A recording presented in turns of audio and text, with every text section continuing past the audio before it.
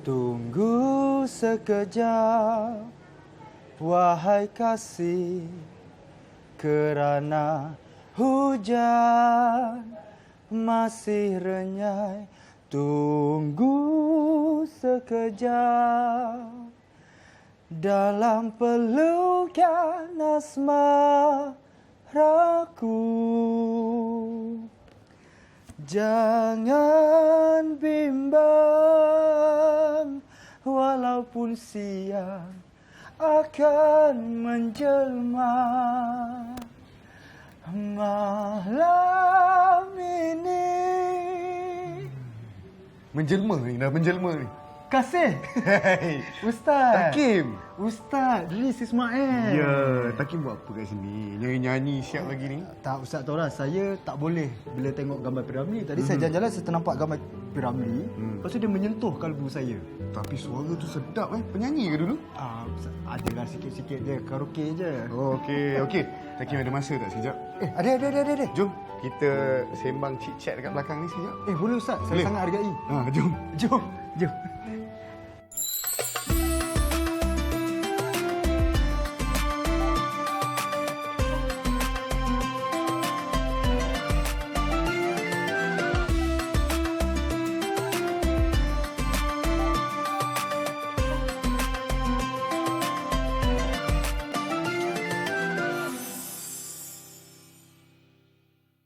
Assalamualaikum, salam sejahtera bersama saya Riz Ismail dalam Chit Chat Ustaz. Baiklah, hari ini pada episod kali ini kita bawakan kepada anda seorang yang terkenal dalam dunia perfilman. Kalau tak tahu carilah sendiri. Tapi kita akan kenalkan nama dia. Tak lain dan tak bukan Takim Zaki. Assalamualaikum warahmatullahi wabarakatuh. Taki, terima kasih yang datang. Terima kasih Ustaz sebab adakan saya dekat sini. Tak adalah. Takim datang ni kita rasa macam syukur. Syukur sebab orang filem ni biasa susah nak dikontak. Tapi Takim ni kalau nak tahu filem dia yang terbaru ni best. Gambar cantik kan. Cumanya kita je tengok ke tak tengok lagi. Kalau tak tengok cepat-cepat tengok. Dan follow dia dekat Instagram dia. Baik. Takim, sorry. Sekarang perkembangan terkini apa? Next filem apa? Next filem saya masih lagi ada, tapi katanya saya diminta oleh pihak production untuk katanya keep it PNC dululah. At the moment sampailah betul-betul official punya announcement keluar. Selain daripada itu, saya ada beberapa telemovie yang akan datang. Baik. Dan juga satu lagi, saya dalam projek development untuk Keluarga Bahadon Season 2. Okey, Keluarga Bahadon Season 2 Ya, betul. Sebab Season 1 hari tu sambutan terlalu baiklah dia sambung dengan Season 2 Ya, Alhamdulillah. Okey. Jadi saya ni sebenarnya segan nak duduk sebelah orang buat filem ni. Kita main-main drama je kan, tele, talk show macam ni. Tapi talk show ni lah dia lah datang untuk mengangkat darjat talk show kita pada hari ni. Okey. Kita sama-sama. Katanya dah berkahwin lah. Alhamdulillah, ya. Dah berkahwin. Tapi tahu tak topik kita pada hari ni? Ustaz nak cakap apa? Saya on je, apa-apa je. Okey, baik. Sebab itulah saya tanya tadi pasal kahwin tu. Topik dia adalah jodoh rahsia Allah. Jodoh rahsia Allah. Baik. Sudah semestinya kalau dah kahwin, tanpa membuang masa, kita nak korek cerita Takim ni sebab orangnya handsome. Berapa banyak perempuan dah datang dalam hidup? Adakah 18? Oh, tidak. 19? Tidak Tidak. Okey, kalau tidak berapa yang datang tu? Kongsikan. Kalau kan sejujurnya isteri saya sekarang adalah orang ketiga yang hadir dalam hidup saya. Aku dah terkejut dah tadi ingat nak cakap 30. 30 kan.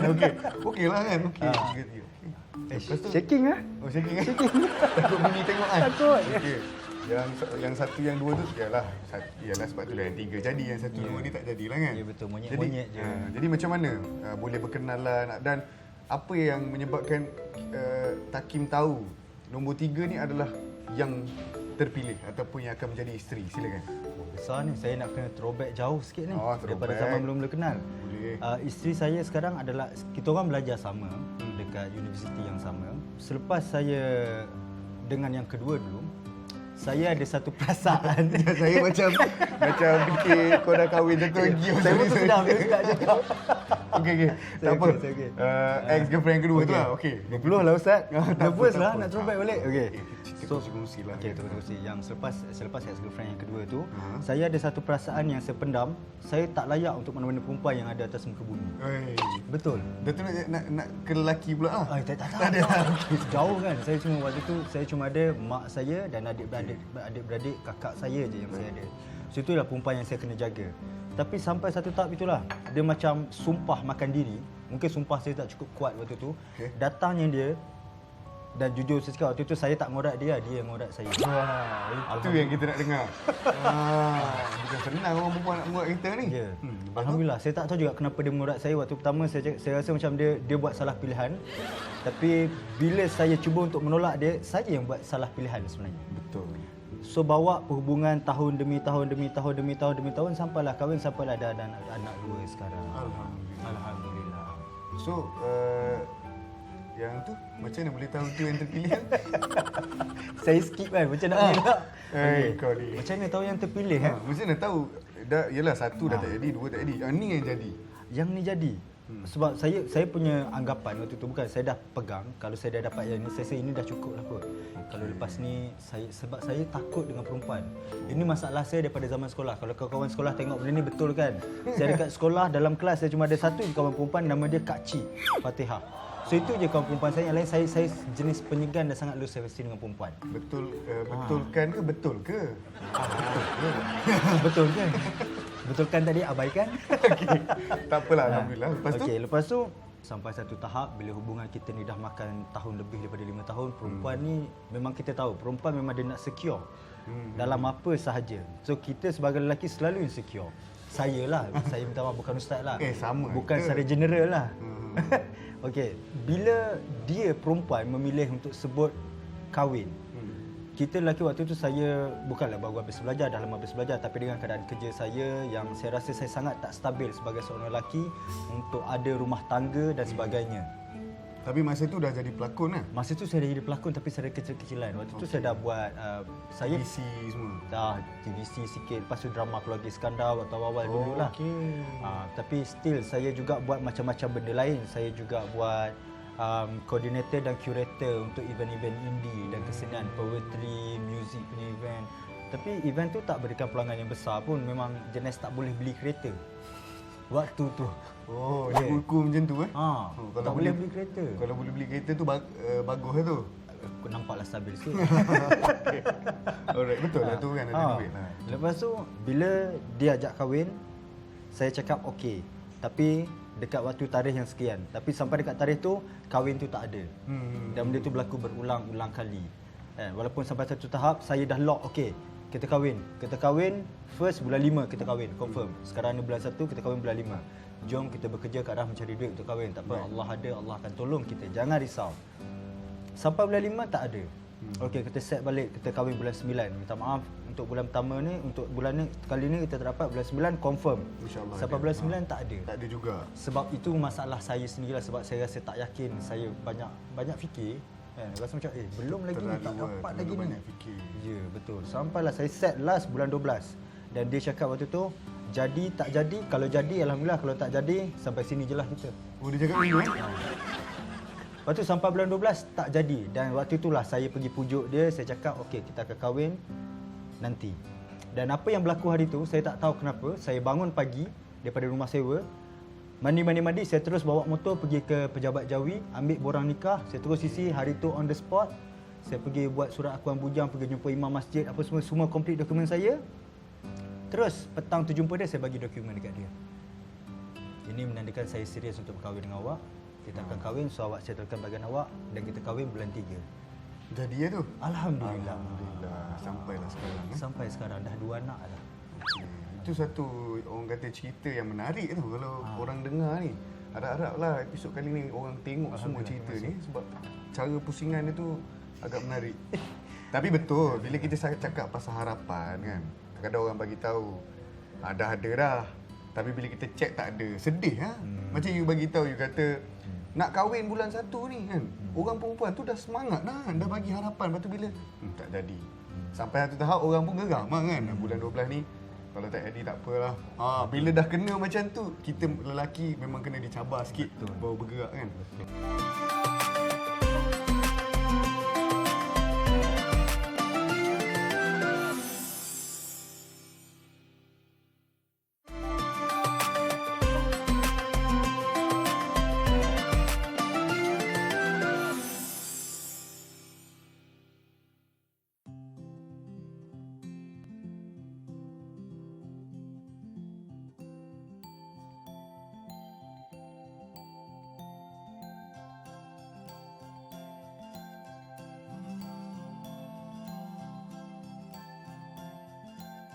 Sebenarnya bila kita sebut harapan ni dalam agama ni, seseorang itu hidup tu berdasarkan harapan.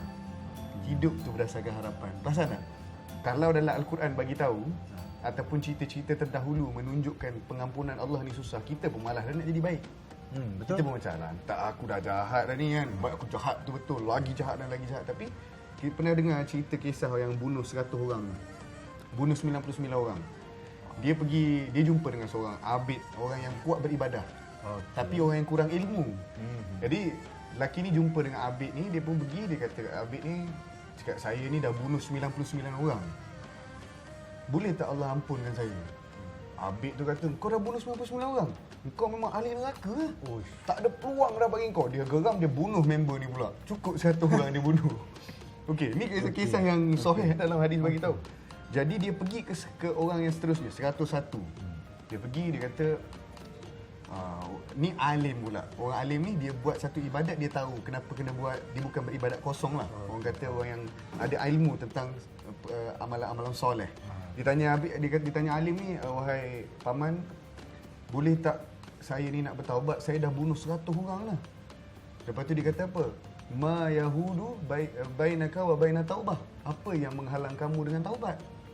Jadi bila orang ni dengar, dia kata, okey, maksudnya Allah bagi lagi aku peluang lah untuk bertaubat ni. Aku dah bunuh 100 orang ni. Lepas tu, bila lelaki tu cakap macam tu, dengan hati yang gembira, dia ambil semayang, dia ibadat, lepas tu dia semua, dia minta maaf dengan Allah sebab dia dah bunuh 100 orang.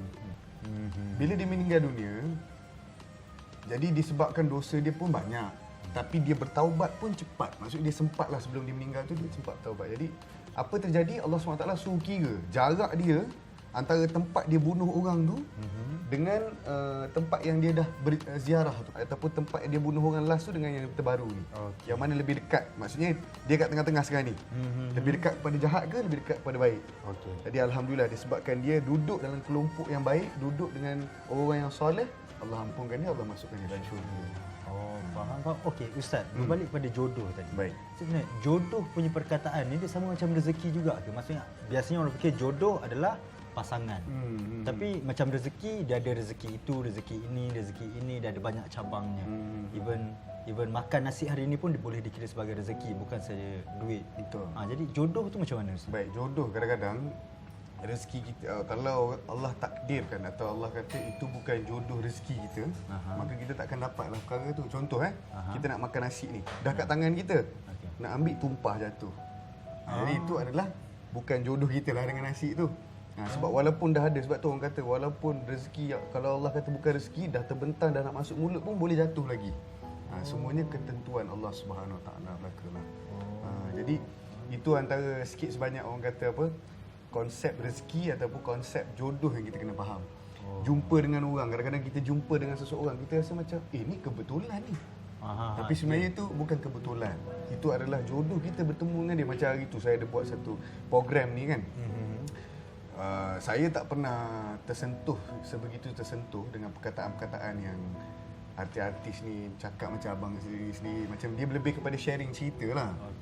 Jadi one day ada seorang nama dia Abang Tai, ada episod-episod yang sebelum ni, dia bercerita tentang pentingnya solat jemaah, pentingnya beragama dalam hidup. Maksudnya saya dengan dia tak pernah terfikir pun nak jumpa. Macam saya dengan abang hari ni lah, abang Takim hari ni pun tak pernah terfikir nak jumpa.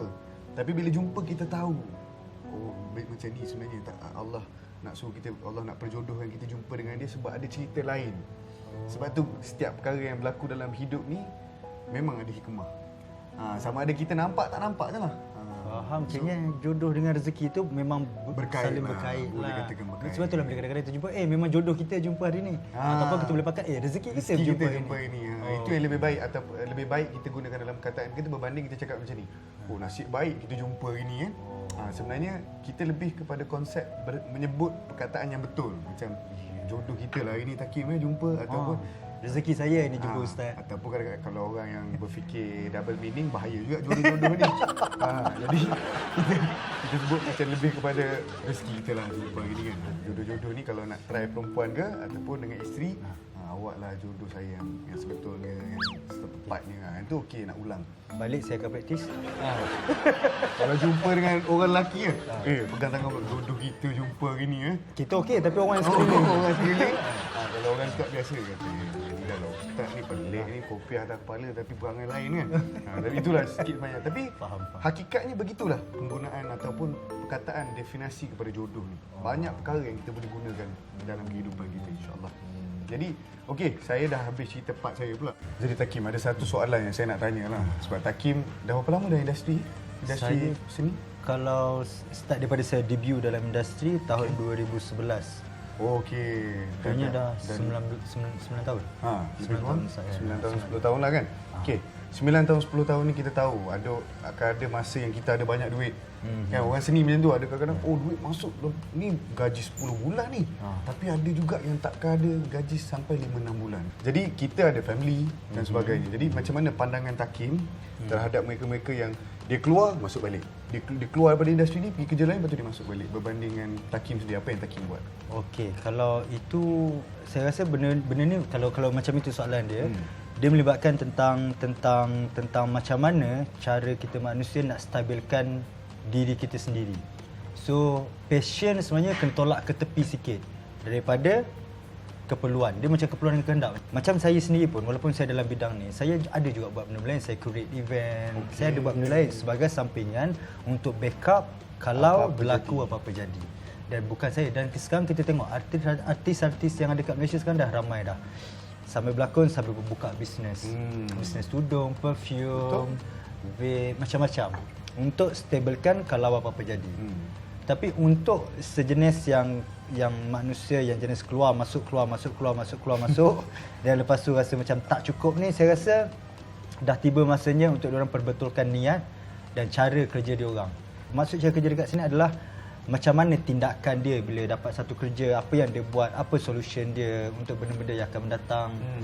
Benda-benda tu saya rasa. Jadi lebih baik kita tetapkan hati kita kan dalam satu bidang. Okey, apa nak jadi, insya-Allah sebab kita niat baik, niat bagus nak cari rezeki untuk keluarga kan. So tak apalah kalau time tak ada tu, kita cuba usaha buat benda lain. Betul. Kan? Allah kan ada. Allah kan ada. Dia akan Itu tolong kan kita. kata kunci dia.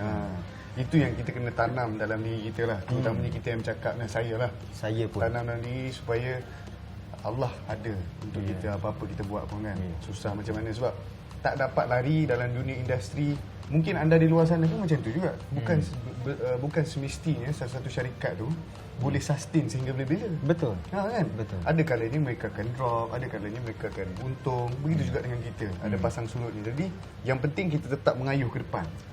Apa rintangan yang datang, kata kalau ombak datang kita tetap kayuh. Sebab nak capai ke destinasi yang ke sebelah sana tu, kena tetap ada usaha yang konsisten. Betul, kan. betul, konsisten. Kalau kejap, malas dah aku dah give up lah. Letak gayung, terjun pula. Nak jadi berenang kat area tu dulu. Lepas tu tengok orang lain dah pergi depan lah, kita pun naik balik nak pergi. Jadi teruskan, insya-Allah. Lambat ke cepat ke, biar Allah yang tentukan. Betul. Kita fikir untuk cari rezeki yang halal. Itu Betul, saja kan. betul Ustaz. Saya setuju. 100%. So nak dapat rezeki yang halal ni, nak besarkan rezeki, orang kata kena kahwin satu lagi juga. So dah sedia ke? Saya belum sedia lagi tu. Saya risau sebab dekat rumah saya tu rimau. Jujur saya cakap. Rimau yang manja kan kita. Rimau yang manja, betul Ustaz. Sentiasa ada untuk kita, jaga kita kan. Dalam hidup kita ni, job kita kadang-kadang ada naik, ada turun kan.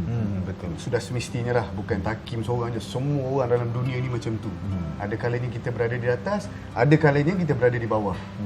Jadi Takim macam mana nak dapatkan jodoh ataupun rezeki yang ditakdirkan tu, kadang-kadang Sebab ada orang kata Takim ni tertukar dengan Mustaqim. Betul kan? Mustaqim Bahadun.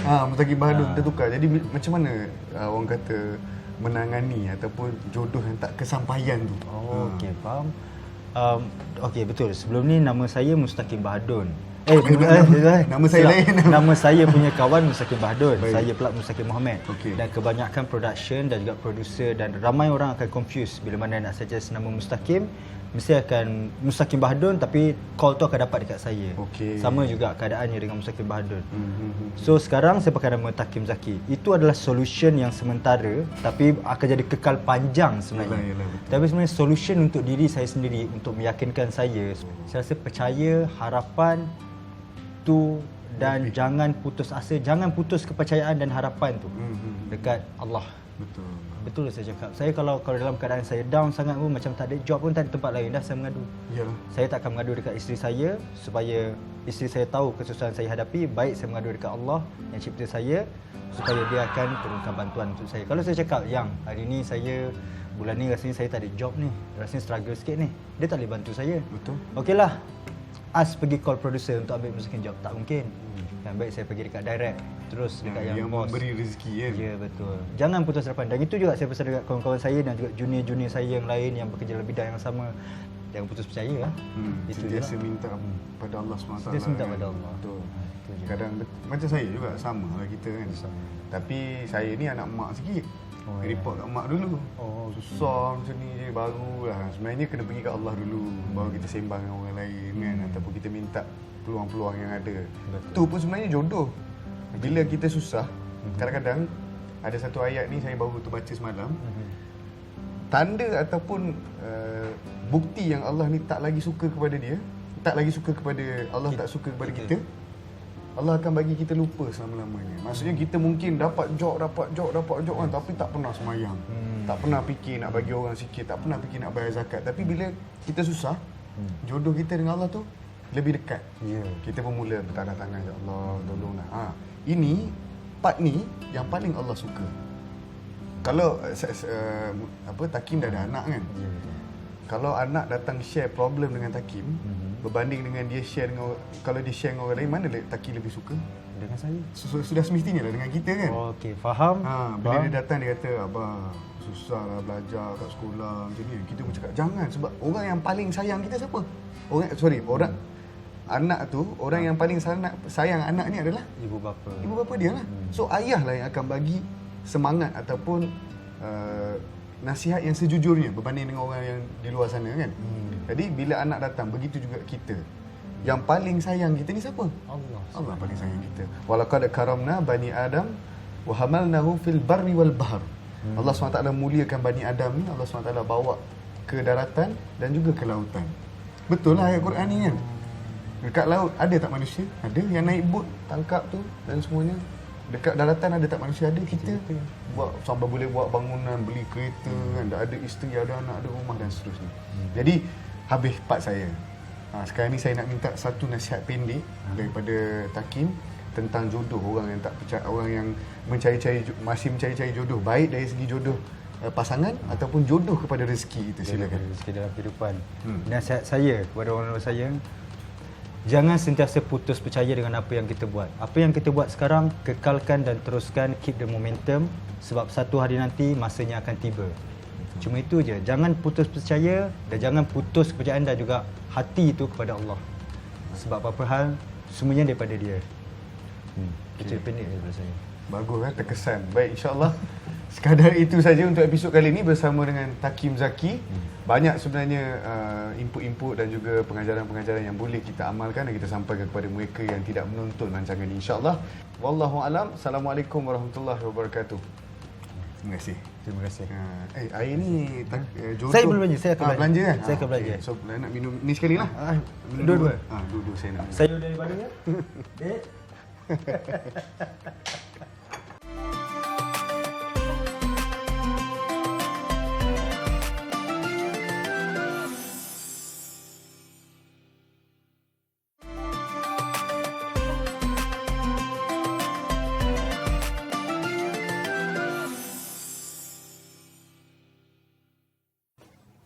Alhamdulillah. dah kahwin dah kawan-kawan aku semua. Tapi kalau ni jemputan daripada kawan-kawan aku, maksudnya aku seorang je lah yang tak kahwin lagi. Ya Allah, berdebar pula rasa ni. Sebab apa aku je yang tak kahwin lagi ni? Ke sebab tak cukup handsome lagi nak kahwin ni? Mungkin. Jadi Cicak Ustaz pada hari ni, kita akan bincangkan topik tentang jodoh. Tanpa membuang masa, kita mulakan dengan soalan yang pertama. Saya Suria binti Bude, saya bekerja sebagai promoter. Saya ada soalan untuk Ustaz. Adakah benar jodoh ni dah ditetapkan daripada sejak azali lagi? Benar, setiap kita ini diciptakan berpasang-pasangan. Ada antara kita yang ada disebut dalam Al-Quran juga, dalam hadis. Pasangan kita itu dibuat daripada tulang rusuk kita. InsyaAllah lah benar belaka apa yang dikatakan. Cumanya jodoh ini macam mana cara untuk kita pilih dia? Ada beberapa yang digaris panduankan oleh Islam. Yang pertama, ada orang kahwin sebab kecantikan. Ada orang kahwin sebab harta. Tapi yang paling penting, orang kahwin dengan kita menikahi seseorang itu kerana agama dia. Seperti yang kita pernah sebut, Allah SWT menciptakan manusia ini daripada pelbagai-bagai benua, pelbagai-bagai bangsa dan juga kabilah-kabilah. Untuk kita kenal mengenali, lita'arafu, bukan untuk kita membeza-bezakan dengan warna ataupun sebagainya. Nabi SAW sebut, innallaha la yanzuru ila suwarikum. Allah SWT tak lihat kepada apa yang ada di luar kita, tapi dalam hati dan juga amalan kita. Jadi dua autentik ayat Quran dan juga hadis ini memberi maksud apa? Memberi maksud bahawasanya agama Islam ini sangat menekankan kepada seseorang itu dalam melakukan amalan yang soleh ataupun amalan yang solehah. Sebab itulah agama memberi garis panduan memilih yang paling baik agama dia. Kalau seseorang itu cantik sekalipun, sampai bila sangat dia cantik? Mungkinlah bertahan juga 10-20 tahun, tapi tiba masanya akan berkedut juga. Dan tiba masanya kalaulah akhlak dia tidak baik, kita cakap sesuatu perkara pun mungkin dia tidak dengar. Ni yang lagi menyedihkan lah. Kadang-kadang kita cakap suruh masak ataupun suruh buat ni, buat itu, dia melawan dan sebagainya. Tidak ada sakinah dalam keluarga. Yang apa yang kita cari sebenarnya bukanlah keluarga yang begitu sempurna, tapi kita mengharapkan supaya keluarga kita diberkati Allah. Jodoh satu perkara, tapi perkara yang lain yang lebih penting adalah mengadakan ataupun menghidupkan suasana syiar agama dalam sesebuah keluarga. Itu yang lebih penting. Jadi kita doalah sama-sama, awak dan saya, kawan-kawan saya semua dah kahwin ni, kita doalah supaya Allah memberikan kita semua jodoh yang baik, jodoh yang solehah. Cantik sikit, ada duit sikit, yang penting yang banyak ni adalah agamanya. Wallahualam. Kita teruskan dengan soalan yang kedua.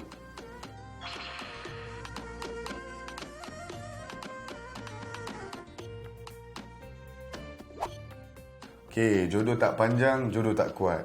Baik, bila kita sebut tentang jodoh, memang akan ada jodoh yang berpanjangan dan ada juga jodoh yang pendek. Tetapi tidaklah seperti yang pernah kita bincangkan. Topik-topik lain, topik-topik pada episod yang lain kita mengatakan tidak ada kesungguhan untuk menjaga. Maksudnya dia salahkan takdir. Kalau dah bercerai nak buat macam mana? Ini semua takdir. Yang pertama, sebelum kita kata sebegitu, usaha dululah menjaga hubungan antara suami dan isteri, kan. Dan jodoh yang pendek ni biasanya maksud pada ayat ni adalah penceraian lah. Dia jodoh kita tapi jodoh tak lama. Begitulah. Jadi tapi apa-apa sekalipun, jodoh pendek ke, jodoh panjang ke, mesti kita cuba untuk menyelamatkan jodoh kita. Kalau kata kita dah kahwin, selamatkanlah perkahwinan kita. Ada orang dipisahkan dengan sihir, ada orang dipisahkan dengan pelbagai-bagai perkara. Tetapi apa yang penting adalah untuk kita menguatkan institusi kekeluargaan. Sama-sama dengan isteri, malam-malam kita baca Quran. Khairukum man ta'allamal Quran wa 'allamah. Sebaik-baik manusia adalah manusia yang belajar Al-Quran dan mengajarkannya. Jadi kita sama-sama ajar isteri kita. Kalau suami tak pandai, jangan malu. Tanyalah kepada isteri. Kalau isteri tu lebih pandai daripada kita, tak apa. Sama-sama belajar. Jangan sebab ego kita orang lelaki, aku yang kena ajar kau mengaji, bukan kau yang mengajar aku mengaji, wahai isteri. Tak bolehlah macam tu. Lower our ego. Jumpa isteri kita, cakap baik-baik, abang nak belajar ni, boleh tak tolong ajarkan Quran ni pun, walaupun kita dah tua, sama-sama kita cuba untuk meningkatkan amalan ibadat kita kepada Allah SWT, terutamanya dengan Al-Quran. Sebab Al-Quran ni adalah mukjizat terbesar. Tidak ada mukjizat yang lebih tinggi daripada Al-Quranul Karim. Jadi baca Al-Quran dengan harapan Allah SWT bagi kita kedudukan yang baik di akhirat esok dan menyelamatkan apa yang kurang dan lebih ataupun yang tak berapa kena dalam hubungan rumah tangga kita. Itulah jodoh untuk soalan kedua. Kita teruskan dengan soalan yang ketiga.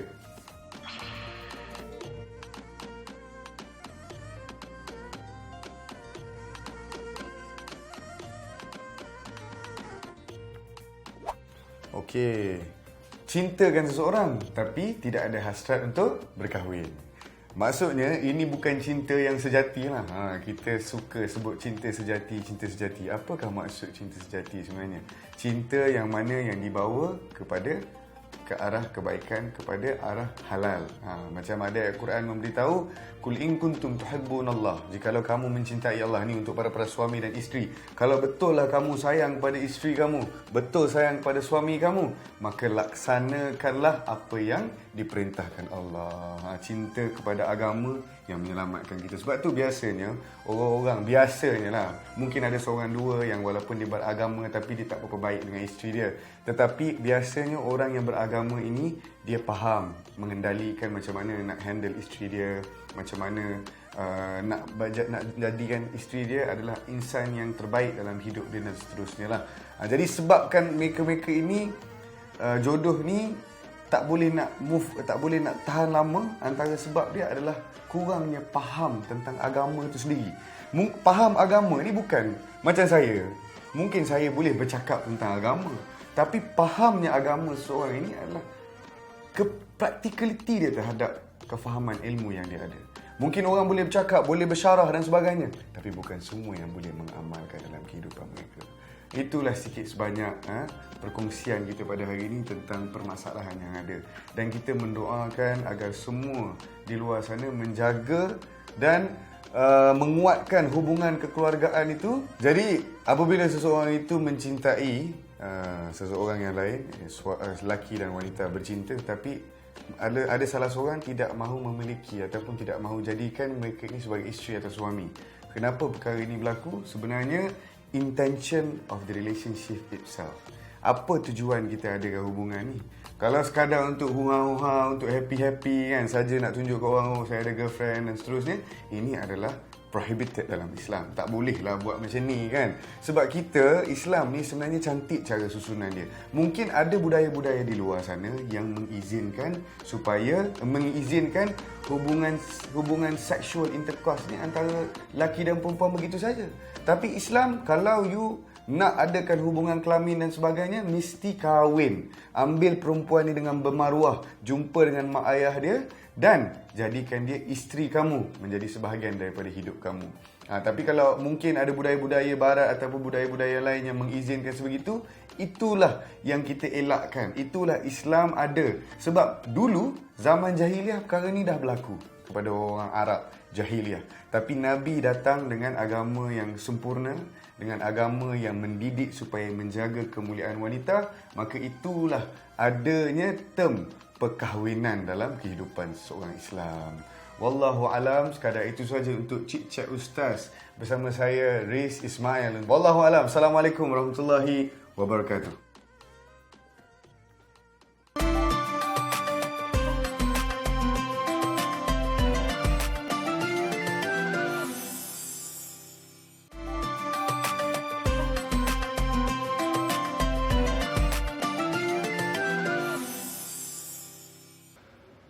Assalamualaikum warahmatullahi wabarakatuh. Baiklah, pada episod kali ini kita akan bersembang cik-cak tentang jodoh rahsia Allah Subhanahu Wa Taala. Mungkin anda di rumah sana yang isteri duduk kat sebelah tu ataupun suami yang berada di sebelah, mungkin itu adalah jodoh anda yang anda tidak sangka. Begitu jugalah dengan orang lain, kehidupan, kejadian yang berlaku dalam hidup ini sudah semestinya satu ketentuan dan rahsia hanya Allah sahaja yang tahu. Baik, jodoh bukan hanya bermaksud kepada pasangan. Boleh jadi juga jodoh kita belajar di satu tempat. Saya dulu, plannya, keinginan saya nak belajar bukan di Malaysia lah. saya nak belajar di Mesir kan. Di mana ilmu-ilmu yang ahli sunnah wal jamaah yang kuat adalah di sana, dan Imam Syafi'i kuburnya juga di sana. Jadi kita nak dapat keberkatan, dan juga tempat itu sendiri penuh dengan ustaz-ustaz yang alim. Tapi apakan daya, Allah adalah sebaik-baik perancang. Dia tetapkan ataupun dia jodohkan saya belajar di Universiti Islam Antarabangsa, yang mana kurang lebih baik juga. Dekat sini ada juga cikgu-cikgu, ustaz-ustaz, pensyarah-pensyarah, doktor-doktor yang pandai, yang bijaksana dan juga yang alim, lebih kurang dengan di Mesir. Jadi alhamdulillah, syukur atas segalanya.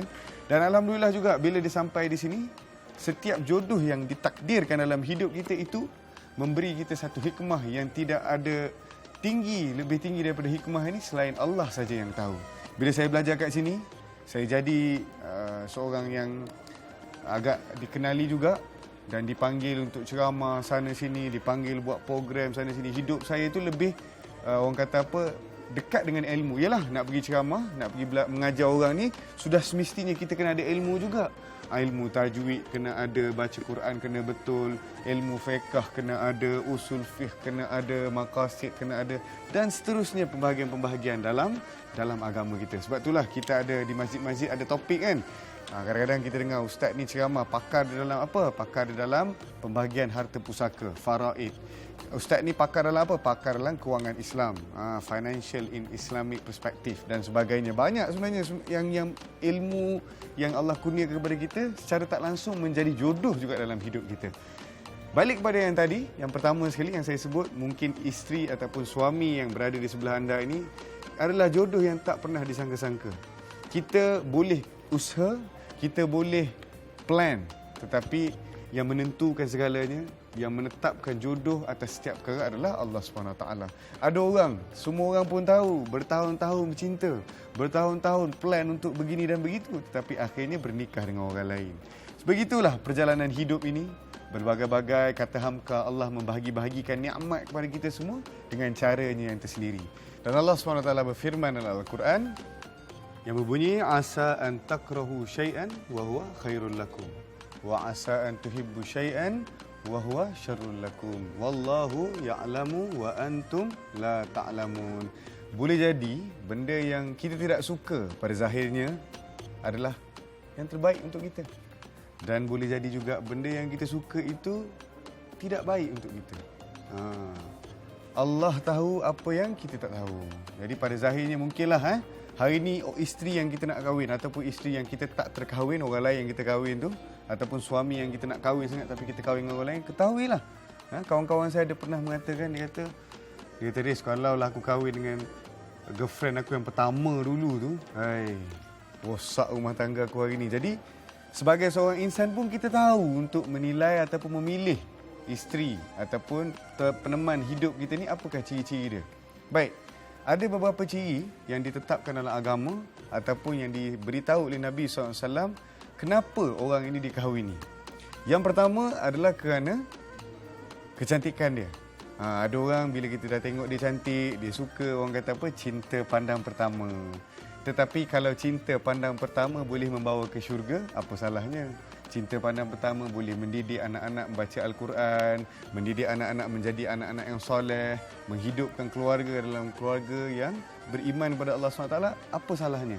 Dapat yang cantik yang beriman itu pun baik. Syukur pada Allah SWT. Tapi kecantikan bukan jalan penyelesaian. Yang kedua, Nabi kata ada orang berkahwin sebab harta kekayaannya. Sebabkan dia kaya, dia banyak duit, mudahlah hidup dia. Boleh juga jadi satu tarikan kepada diri seseorang tu. Dan tak salah kalau seseorang itu kahwin atas sebab harta, tetapi harta ini bukan segala-galanya. Dengan harta, kalau tak pandai nak handle, tak ada ilmu dan sebagainya, akan habis. Tetapi kalau dengan adanya isteri yang reti bahasa, dengar cakap kita, mudah kita. Walaupun duit tak banyak, tetapi kita reda ataupun kita senang apabila dia ada sisi kita. Kalau duit banyak, bila kita suruh dia suruh orang lain masak. Kata sayang, buatkan air satu ataupun masak Maggi goreng ke satu, dia suruh orang gaji buat. Sebab dia kaya. Tapi ketahuilah, isteri yang masak dengan air tangan dia, ikhlasnya dia, itu yang menguatkan hubungan rumah tangga ni. Kalau nak cantik lagi, suaplah kepada mulut suami. Tapi kalau hari-hari suap pun sakit otak jugalah. Tapi tak ada masalah, boleh. Islam menggalakkan ataupun memberi kita dorongan supaya bersweet-sweet dengan suami isteri. Kalau dulu, time bercinta-cintun tu, boleh. Depan orang ramai nak suap. Dan berpegang tangan jalan di mall. Tapi lepas kahwin, kenapa perkara ni hilang? Terus kan, kalau boleh 24 jam pun nak pegang tangan juga. Kalau boleh lah.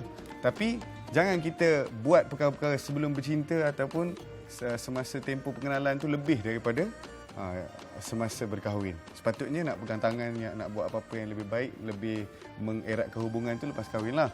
Baik, yang ketiganya adalah berkahwin kerana keturunan dia. Setiap kita tahu orang nama Syed, Sharifah dan keturunan-keturunan orang-orang soleh ni, kita pandang ataupun kita look up lah. Kita memberi penghormatan kepada mereka ni sebab ialah keturunan-keturunan orang soleh. Tetapi, pernah dengar lagu Raihan? Iman tak dapat diwarisi. Begitu jugalah. Hatta anak Nabi sekalipun tidak boleh mewarisi iman ayahnya. Ayah Nabi ni. Ini sekadar orang-orang alim kan. Memang adalah efek dia tu. Memang sudah semestinya lah bila ayah tu dekat rumah sentiasa baca Al-Quran, sentiasa menghidupkan halakah-halakah yang baik-baik, halakah-halakah Quran, ta'lim dan sebagainya. Sudah semestinya adalah efek ataupun kesannya kepada ahli keluarga. Tetapi iman tak dapat diwarisi. Kisah Nabi Nuh membuktikan. Nabi Nuh ajak anak dia naik. Tapi anak dia kata, tak apalah ya. Bukannya akan ada berlaku apa-apa pun. Dan bila banjir datang, apa jadi? Anaknya mati kelemasan. Kan? Dan digolongkan anak dia bukan dalam golongan orang beriman. Na'udzubillahi min zalik. Itu keturunan kalau kita cari. Tetapi, Nabi SAW sebut, kalau dapat yang ni, yang satu ni, maka selamatlah segalanya, iaitu dinuha ataupun agama dia. Sebab bila orang beragama ni, dia faham ataupun dia reti bahasa sikit dengan tok lelaki dia, dengan suami dia. Bila orang kata tolong buat ataupun sayang tolong ambilkan ini ataupun tolong masakkan dan sebagainya, dia mengerti bahawasanya arahan ataupun permintaan suami ini adalah satu arahan agama. Maka dia buat dengan baik kan. Dia bercakap pun kalau suami kata jangan lawan cakap abang ni, dengan suara mungkin dia termarah, dia minta maaf balik sebab dia faham redha seorang isteri ni terletak pada suami dia. Begitu juga para suami, janganlah ambil kesempatan kan. Dah tahu boleh isteri ni jenis faham agama, macam-macam ni dilanyaknya tak boleh juga. Mesti ada toleransi kan. Kita saling terima menerima nasihat antara satu sama lain, membahagikan kerja-kerja rumah dan sebagainya. Ini adalah satu perkara yang perlu ada dalam institusi kekeluargaan. Nanti bila macam tadi kita dah interview beberapa rakan-rakan artis kita yang dah berkeluarga, yang ada keluarga tiri pun ada, yang ada isteri lebih pada yang pernah kahwin lebih daripada sekali pun ada. Jadi mereka-mereka ni mengatakan satu perkara, iaitu yang paling penting adalah bergerak ataupun bekerjasama secara satu pasukan dalam keluarga. Contohlah kata kita nak ada halakah Al-Quran, kita panggil isteri kita, panggil anak kita. Okey, tanya, bila kita boleh buat ataupun bila kita boleh baca Quran sama-sama? Isteri memberitahu satu masa, anak memberitahu satu masa, kumpulkan, cari waktu yang sesuai, sama-sama kita laksanakan halakah-halakah Al-Quran yang boleh dibuat dalam rumah. Dan seterusnya begitu. Keluarga memainkan peranan yang penting dalam menghidupkan suasana-suasana orang kata majlis-majlis yang diiringi ataupun dikerumuni para malaikat. Mesti kita sama-sama buat. Jadi insya-Allah saya rasa sekadar itu saja untuk segmen pada kali ini. Kita akan sebelum habis ada satu perkara yang ingin saya tambah. Nabi SAW apabila ditanya siapakah yang paling baik di antara kamu ini bersama-sama isteri kamu, Nabi kata aku. Nabi yang paling baik di antara orang-orang lelaki ni bersama isteri mereka. Nabi SAW sendiri pun orang kata apa, jaga akhlak dia, jaga percakapan dia. Dia yang menunjukkan contoh-contoh yang baik. Kalau kita sebagai orang lelaki hari ini susah nak jadi contoh yang baik, cepat-cepatlah istighfar. Kalau isteri pun samalah, tak memenuhi apa keperluan suami yang sepatutnya, maka cepat-cepatlah kita istighfar. Dan sekadar itu saja untuk episod kali ini. InsyaAllah kita akan teruskan lagi dengan segmen yang lain, dengan topik-topik yang lebih menarik dan berilmu, insya-Allah. Sekadar itu bersama saya Rishi Ismail dalam Cik Cik Ustaz. Assalamualaikum warahmatullahi wabarakatuh.